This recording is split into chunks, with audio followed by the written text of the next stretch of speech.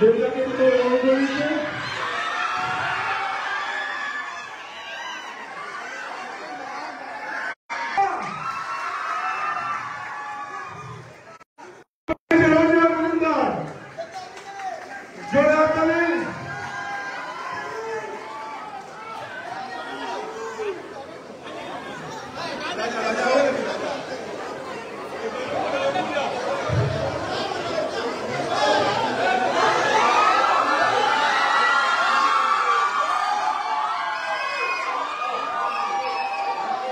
কেমন আছে আন্দোলন? আমি এই আন্দোলনে এটা আমার প্রথমবার নাম ইলেকশনে, এটা আমার দ্বিতীয়বার। কারণ মনে আছে প্রথমে কবে এসেছিলাম? আমি প্রথম এসেছিলাম এখানে আইলামির সময় 2008 2007-এ।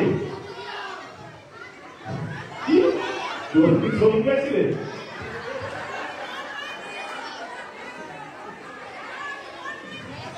2007-এ আজকে 2025, মানে 18 বছর হয়ে গেছে।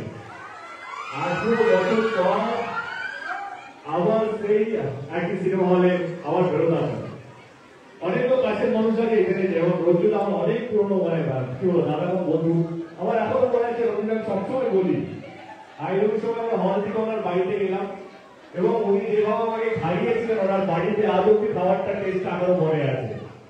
এবং প্রদীপটা আছে, ওই বললো ওই অধিকারী ওদের লজ্জা আছে আছে এখানে।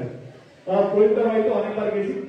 আন্দোলন মানে আমার আমি যখন হাওড়ায় থাকতাম এসি মার্কেটে, মানে ছুটির সময় আন্দোলনে চলে আসতাম, কখন প্রদীপটার বাড়ি কখন রঞ্জিতার বাড়িতে এসে আড্ডা হয়ে যেতাম। আমি যখন আইলামের সময় এসেছিলাম এখানে, তখন দেব বলে খুব কম লোকই চিনত। সবাই বলতো আইলাম নায়ক, এই তো ধরা তুললো লম্বা লম্বা ছিল। সেই দিন থেকে আজকের দিন সেদিন কোনো ভাবিনি যে 18-19 বছর পর আমি আবার একই জায়গায় আসবো, তখন দেব বলে চিনবে এবং এটা শুরু হলো সিলাই সিলাই রক্ত দেবদার ভক্ত, এটাও শুনতে হবে।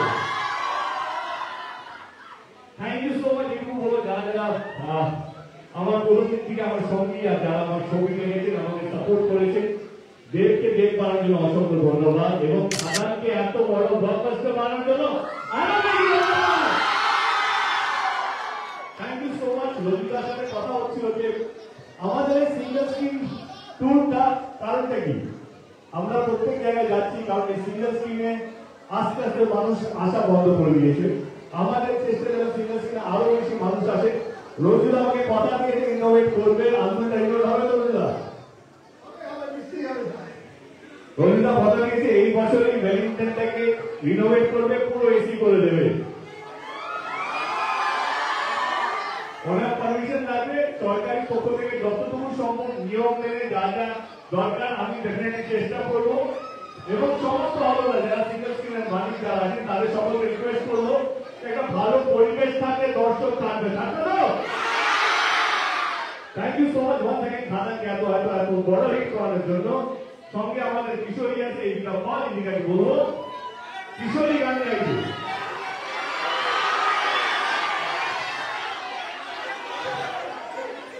ও এখন প্রত্যেক দিন শো করছে, দিনে 2-3টে করে শো করছে, সব জায়গায় কিশোরী গাইছে। তারা এখানে টাকা নিয়ে গেছে, এখানে কিছু করো দাও।